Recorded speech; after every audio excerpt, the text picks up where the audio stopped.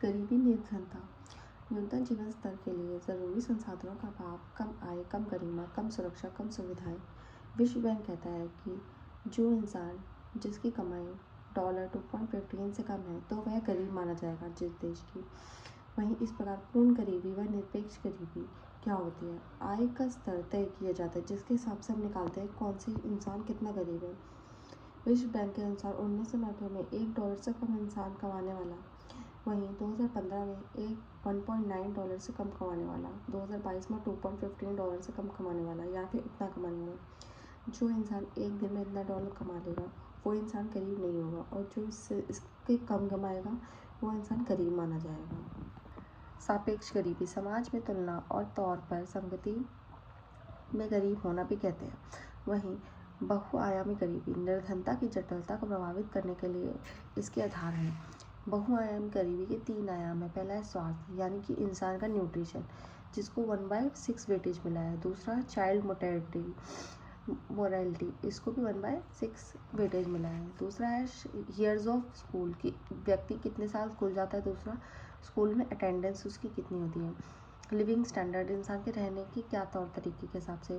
पहली चीज़ cooking oil, कि इंसान खाने कुकिंग ऑयल का यूज़ करता है कि नहीं, इसको अलग से 1/18 वेटेज मिला है। बाकी नॉर्मल जो चीज़ें हैं, sanitisation, drinking water, electricity, how acids, इन सबको भी कितने 1/18 क्या मिले हैं, लिविंग स्टैंडर्ड। बहुआयामी गरीबी Oxford poverty and HDI and UNDP ने बनाया है। स्थिति जन्य गरीबी, यानी कि मूल गरीब नहीं होते, स्थिति बनने के कारण वो गरीब हो जाते हैं। पीढ़ीगत गरीबी, जैसे 2 या 3 पीढ़ी गरीबी होती है।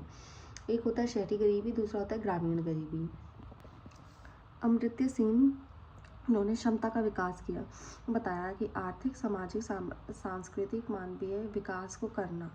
इसने बताया गरीबी रेखा एक मौद्रिक सीमा जिसके नीचे के आर्थिक सामाजिक परिस्थिति के अंतर्गत न्यूनतम बुनियादी आवश्यकताएं जिनकी नहीं पूरी होती। ये हर देश में अलग अलग हो सकती हैं। वर्ल्ड बैंक के द्वारा 2.15 वाले जितने लोग कमाते हैं ये पर डे पे, वो गरीबी रेखा पे हैं। वहीं 3.20 जो है वो गरीबी रेखा के निम्न और मध्य देश है, यानी कि जितने लोग इतने कमाते हैं वो गरीब देश है बहुत ज़्यादा। जो 3.20 कमाते हैं वो निम्न, कम गरीब है और मध्य गरीब है। जो लोग 5.50 कमाते हैं ये बहुत ज़्यादा अमीर देश हो गए। नीति आयोग की टास्क फोर्स बताती है कि गरीबी रेखा का NSSO आंकड़े पर यह आय द्वारा नहीं उपभोग व्यय पर आधारित होता है। डाटा संग्रह विधि कैसे होती है? समान समृद्धि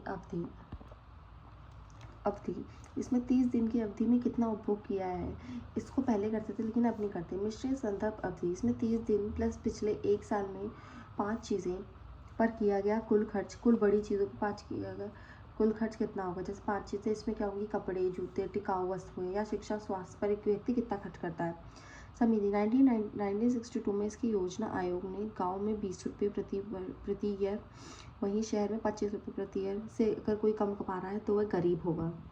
1971 में टंडकर व रथ समिति होती थी। इन्होंने बताया कैलोरीज के आधार पर हम मापेंगे, और इन्होंने बताया चाहे ग्रामीण हो चाहे शहरी हो, अगर कोई भी व्यक्ति 2250 कैलोरीज जितना खाना खाता है तो वो गरीब नहीं होगा। 1979 में अल्क समिति आई। इन्होंने बताया अगर कोई व्यक्ति गाँव का 2400 कैलोरीज और वहीं शहर का 2100 कैलोरीज खाता तो वह गरीब नहीं होगा।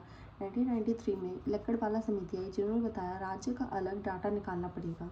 तेंदुलकर समिति 2009 में आई। उन्होंने बताया कि वस्तु की एक बास्केट लाई जाएगी जिसमें यह परिवर्तन होगा या नहीं होगा, वह मुद्रास्फीति का समायोजन होगा, जो स्वास्थ्य व शिक्षा को भी इसमें जोड़ा जाएगा। 2012 में रंगराजन समिति आई, जिन्होंने 365, 30 और 7 दिन की में क्या क्या खर्च किया है उस आधार पर चीज़ों को बंटवारा किया। इन्होंने बताया खाद्य तेल, मछली, अंडे कितने लिए हैं 7 दिन में, उस आधार पर देखा जाएगा कि व्यक्ति कितना गरीब है, कितना अमीर है। अरविंद पंजिकिया, इन्होंने टास्क फोर्स को 2015 में निकाला और बताया कि गरीबी रेखा के नीचे 30% पर खासकर जोर नज़र दी जाएगी कि वो लोग गरीब हैं या नहीं हैं। इन सब की आलोचना भी होती है। कृत्रिम रूप से कम करना, डाटा गलत मिलते हैं। गरीबी की परिभाषा भी का सरलीकरण किया गया है कि लोग स्वादिष्ट कैलोरीज जो है वो स्वादिष्ट कैलोरीज के हिसाब से खाते हैं। इसका मतलब ये नहीं कि उसको बॉडी के न्यूट्रिएंट्स मिल रहे नहीं। यूरोप के गरीब देश की औसतन आय 60% गरीब है। अमेरिका भोजन की लागत में 3 गुना ज़्यादा खर्च कर देते हैं। भारत की राष्ट्रीय बहुआयामी निर्धनता सूचकांक क्या है? ये बताता है नीति आयोग का कार्य है कि और इसका नोडल संस्थान है वह गरीबी कम करना है इनका काम। 2022 में सर्वाधिक गरीब देश भारत 228 लोग गरीब थे। सेकंड नाइजीरिया में 9.6 करोड़ लोग गरीब थे। वहीं 228 करोड़ लोग गरीब थे। 2005 में 55% व 16% लोग गरीब हैं। 41.5 करोड़ लोग गरीब से बाहर निकल चुके हैं। मोस्टली गरीब देश यूपी, बिहार, झारखंड में है और कम गरीब देश केरल, पौंडीचेरी में।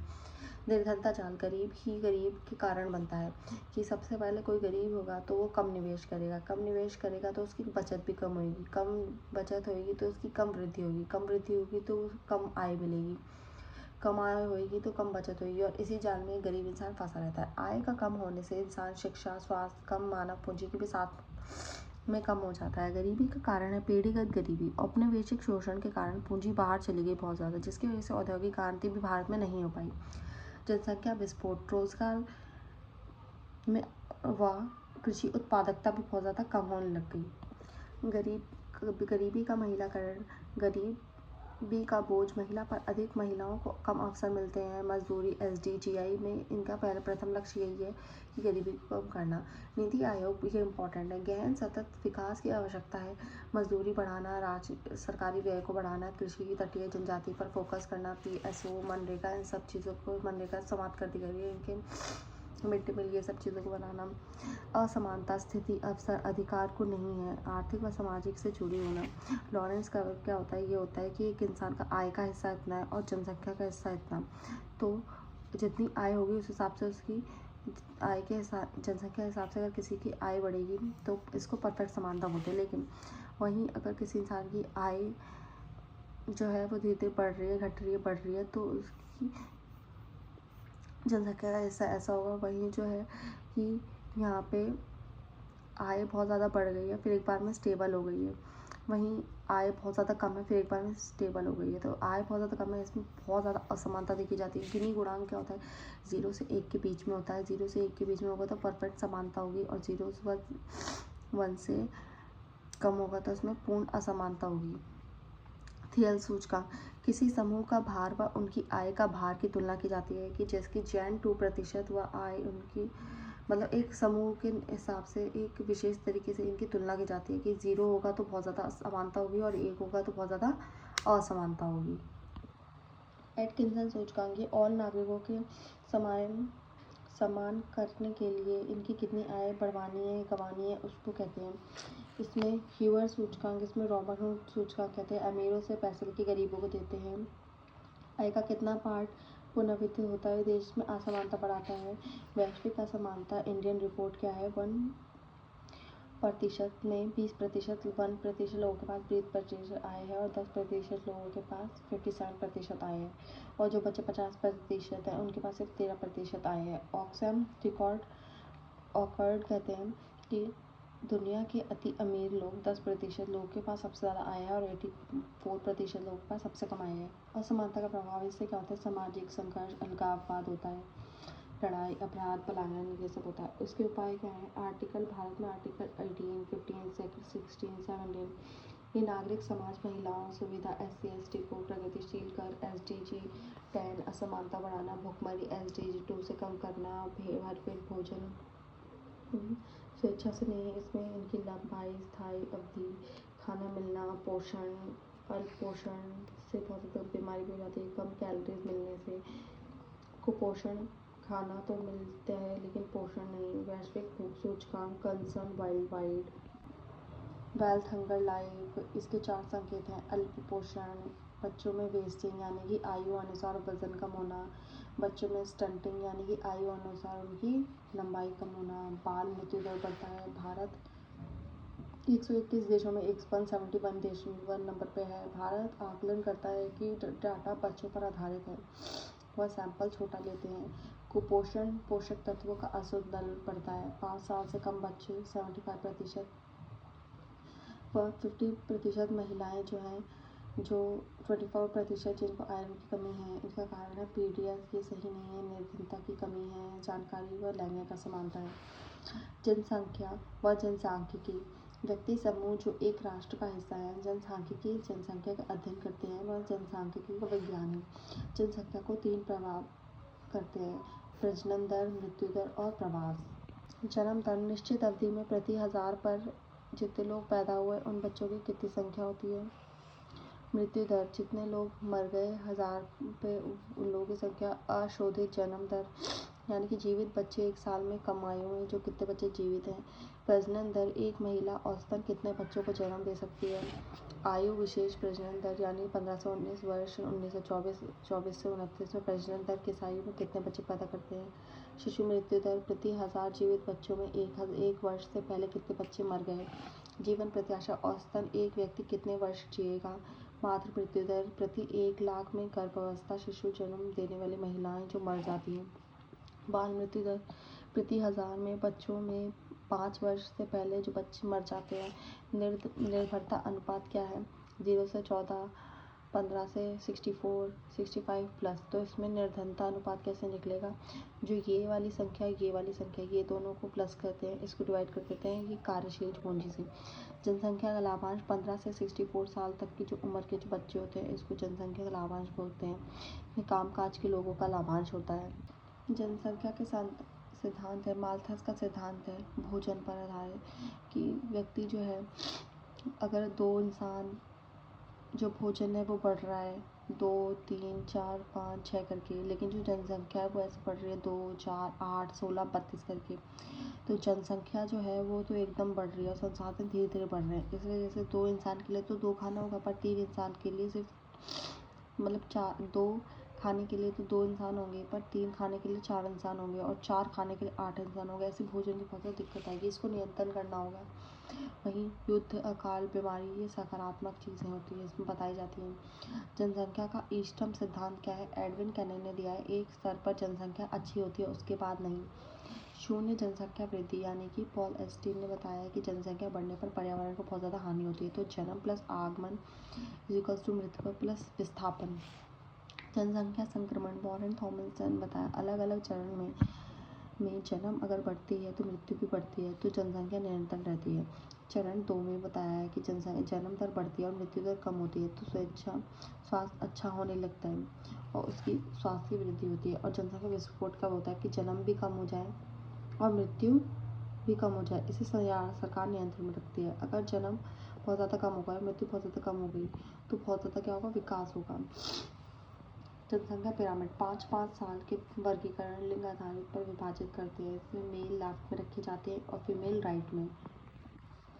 ये जनसंख्या के हिसाब से है कि यहाँ पे पुरुष होंगे, यहाँ पे फीमेल होंगे। यहाँ पे जो पुरुष की संख्या इस हिसाब से है, महिला की संख्या इस हिसाब से। इसमें क्या है, जनसंख्या बहुत ज़्यादा बढ़ती है। ये इसमें 100 यहाँ तक 100 जितना होता है, यहाँ 100 से 0 से लेकर 100 तक और 5-5 तक के इसमें आंकड़े होते हैं कि 0 से 5, 5 से 10, 10 से 20। वहीं स्थिर आबादी होती है कि महिला और पुरुष दोनों सेम होते हैं और यहाँ पे जो वर्ष होते हैं, यहाँ पे जो होते हैं जनसंख्या अपने आप धीरे धीरे कम हो जाए, तो इसको स्थिर आबादी बोलते हैं। वहीं जनसंख्या कम होती है कैसे? कि जब जन्म लेने वाले बच्चे कम हों और जो जन्म लेने वाले तो बहुत कम हैं और दूसरे बीच के जो लोगों को ज़्यादा हो और जो मरने वाले लोग हों वो भी कम हो।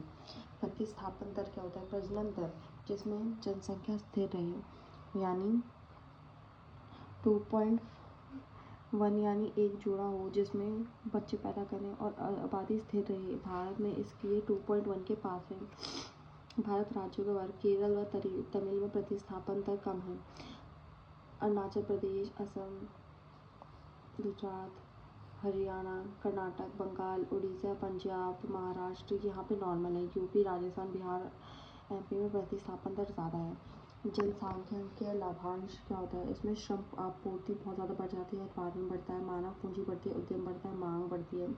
इसकी चुनौती है बेरोजगारी, कमजोरी, शिक्षा प्रणाली, स्वास्थ्य की कमी, कौशल कम, जनसंख्या बढ़ने के कारण गरीबी, जागरूकता, मेडिकल सुविधाएं, धार्मिक प्रचार, पुत्र प्रेम, ये सब चीज़ें बढ़ती रहती है।